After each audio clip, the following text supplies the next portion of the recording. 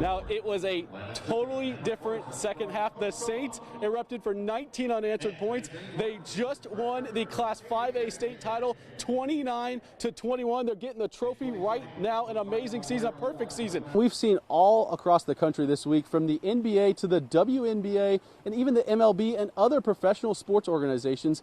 Athletes have been speaking up about racial injustice in this country. The 2020 high school football season got kicked off tonight with plenty of new rules and protocols to help protect these athletes. We've seen multiple people try to get out in the water here and test the water, as you like to say.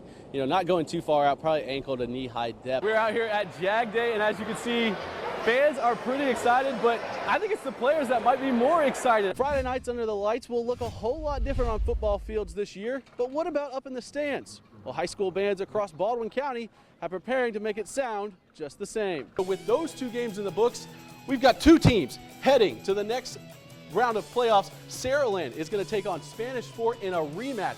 Spanish Fort won that game early on in the season, 24-21, so that's going to be a great game in Spanish Fort next week. Now, we move on to Class 5A, where there is also three teams from our area playing tonight: St. Paul's, UMS Wright, and Faith Academy. As high school sports return to competition around the area, schools in Mobile and Baldwin counties are turning to medical professionals to help keep your children safe on and off the field.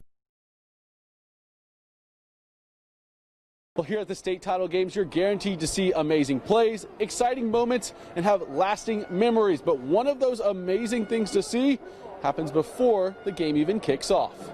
William Jones has been in education for over a decade now, a graduate of Mobile University who taught math at Baldwin County High School for several years. But William is known for something else in Alabama.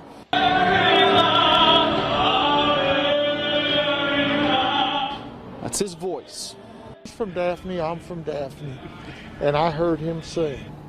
And the first thing I thought of when I heard him sing, we've got to have that for our fans. Jones was a math major in college, but it was his love of music that put him through school. But his singing career started early, around family as he was growing up. I don't know if I remember a time without singing. Even as a little kid, singing for my parents and for my family. Now he's singing in front of thousands of fans. This is his third year singing a rendition of God Bless America and America the Beautiful. I just feel like I play a part in that, even it may be very small, but it adds to the pageantry, lack of a better word, pageantry of it all. As for his impact on the games, it's very humbling to stand on the 50-yard line and sing and share your gift and be able to hopefully inspire. And when it comes to his nerves, I try my best to not talk about it until I walk out there. The only thing I hear is music, so I'm relying solely on the crowd to let me know if it went well or not. Now, I've covered several state title games with Williams singing all before them. It definitely gives you chills and is incredibly inspiring. Here at Glen Lakes Golf Club, they have put even more emphasis on the practice of social distancing. As beaches sit empty, basketball courts and parks that are closed, people living in Baldwin County are hard-pressed to find much to do.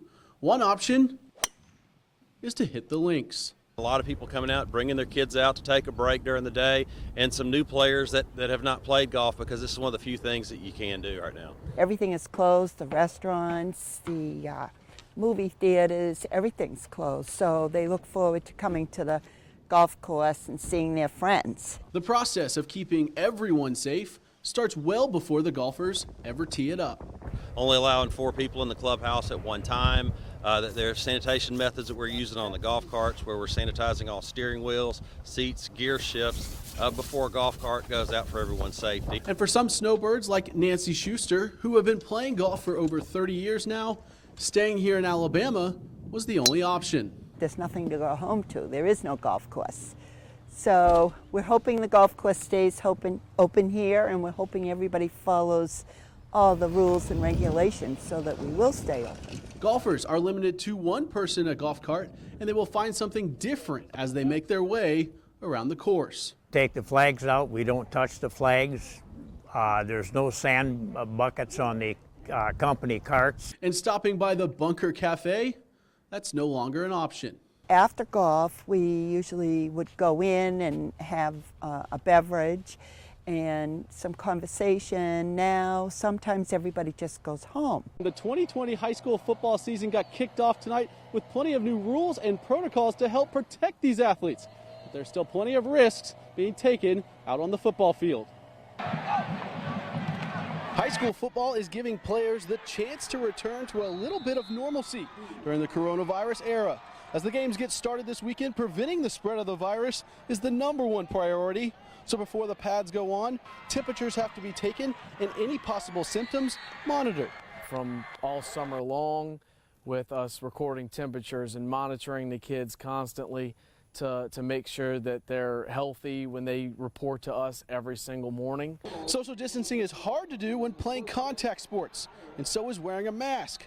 Those are the two biggest things the CDC says we can do to prevent the spread of COVID-19. The more contact you come into with an opposing player, and as you know, if you're face mask to face mask and you're swapping spit, that is a big source of potential transmission.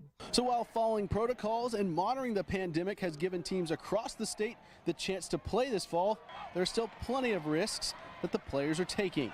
We also don't know what's going to happen when we have a 300-pound lineman with potentially other underlying conditions such as an enlarged heart being infected with COVID-19. So as the pads pop and the helmets clash, players on both teams put themselves at risk to injury during every play. Athletic trainers are on the sidelines for quick response, but during a pandemic, sideline medical care has spiked. Friday nights under the lights will look a whole lot different on football fields this year, but what about up in the stands? Well, high school bands across Baldwin County are preparing to make it sound just the same. 5, 6, 7, 8. From marching to playing an instrument. I absolutely love everything that band is and everything it stands for. To traveling to rival stadiums. In the stands, it's a lot of fun. I mean, we're just having a good time. Some things will change this fall, starting with no travel for Baldwin County high school bands to away games. Away games and bus rides are one of the best parts of band, so that's probably one of the most disappointing things to lose. Away games are definitely, they're a lot of fun, but we'll do our best with home games and just make sure that we're keeping the morale up. The usual 12-hour practice days over the summer have been cut in half to keep kids' distance and limit interaction. And every member has their temperature taken before practice. We've staggered the entrances so different sections come in at different times just to keep them social distance, and we can actually do our screening process that we were instructed to do. If I have to sacrifice and wear a mask just to be able to have a band program, I'd rather have band. Like, if you're going to make me wear 3 masks, I'd rather that than lose this. It's not fun, but it's something we have to do, and if it means we get to be out here on the field and be out there in the football stadium, then it's what we're going to do. Miguel Tulin hosting Robertsdale for a 6A matchup. This is head coach Ernest Hill looking on. He was pleased with his defense. The Yellow Jacket defense was just all over the place tonight. Here's a nice sack here on Bears quarterback Grant Driver. Daphne head coach Kenny King, he was just itching to get on the field tonight. The Trojans, though, they didn't need him out there at all.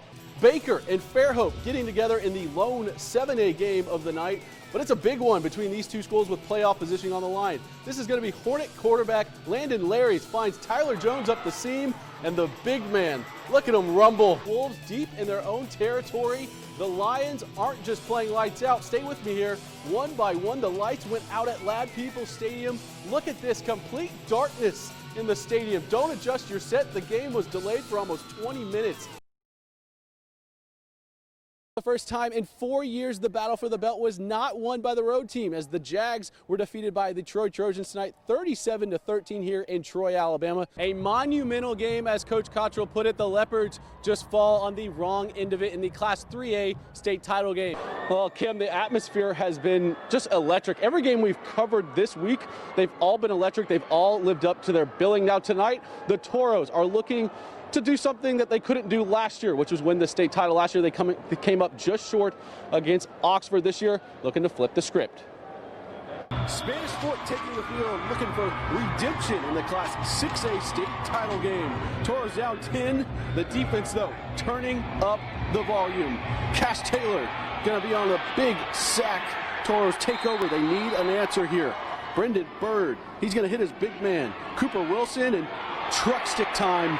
Wilson takes it for a nice gain. Then it's the Johnny Morris show. He rips off a big gain, some of his 94 yards in the first half, and the Toros are dancing. Bird then is going to call his own number, and he is in the end zone. Toros get on the board.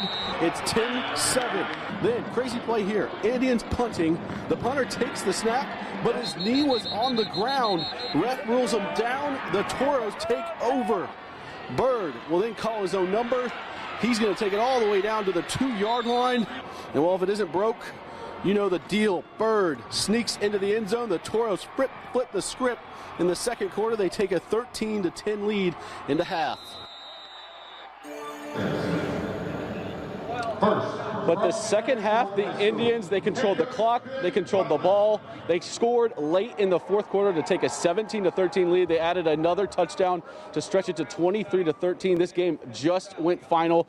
The Indians knock off the Toros, and the Toros come up just short again. They couldn't do what we saw St. Paul's do last night, which was to control the ball and control the clock. So the Toros come up just short again in the Class 6A state title game. For the belt travel to Troy, Alabama for a midweek tilt. After a Troy field goal early, the Jags march down the field. Sweet play here to Kawan Baker as he gets the ball all the way down to the 1-yard line. The Troy defense stood tall, though, as Cephas Johnson gets stopped in the backfield by a host of Trojans. The Jags would settle for a short field goal to tie it up 3-3 early on. The Trojans would drive down the field and end the drive with a touchdown pass. As you can see right here, Caleb Barker finds Kalen Geiger in the end zone to make it 10-3 Trojans. Trojans with the ball again now, but this time Barker fumbles, and the Jags jump on it, and now they have great field position. The Jags waste little time. Sweet play again to Kawan Baker, and this time he leaks into the end zone. Jags tie the game 10-10. The teams would trade 2 more field goals to make it 16-10 at halftime. Second half, the Trojans would extend their lead with another touchdown pass here to Kalen Geiger from Caleb Barker. The Jags defense, though, making plays as Travis Reed gets the big interception here, but the Jags can't take advantage of the great field position. Jags head coach Steve Candle talked about the missed opportunities for the Jag offense.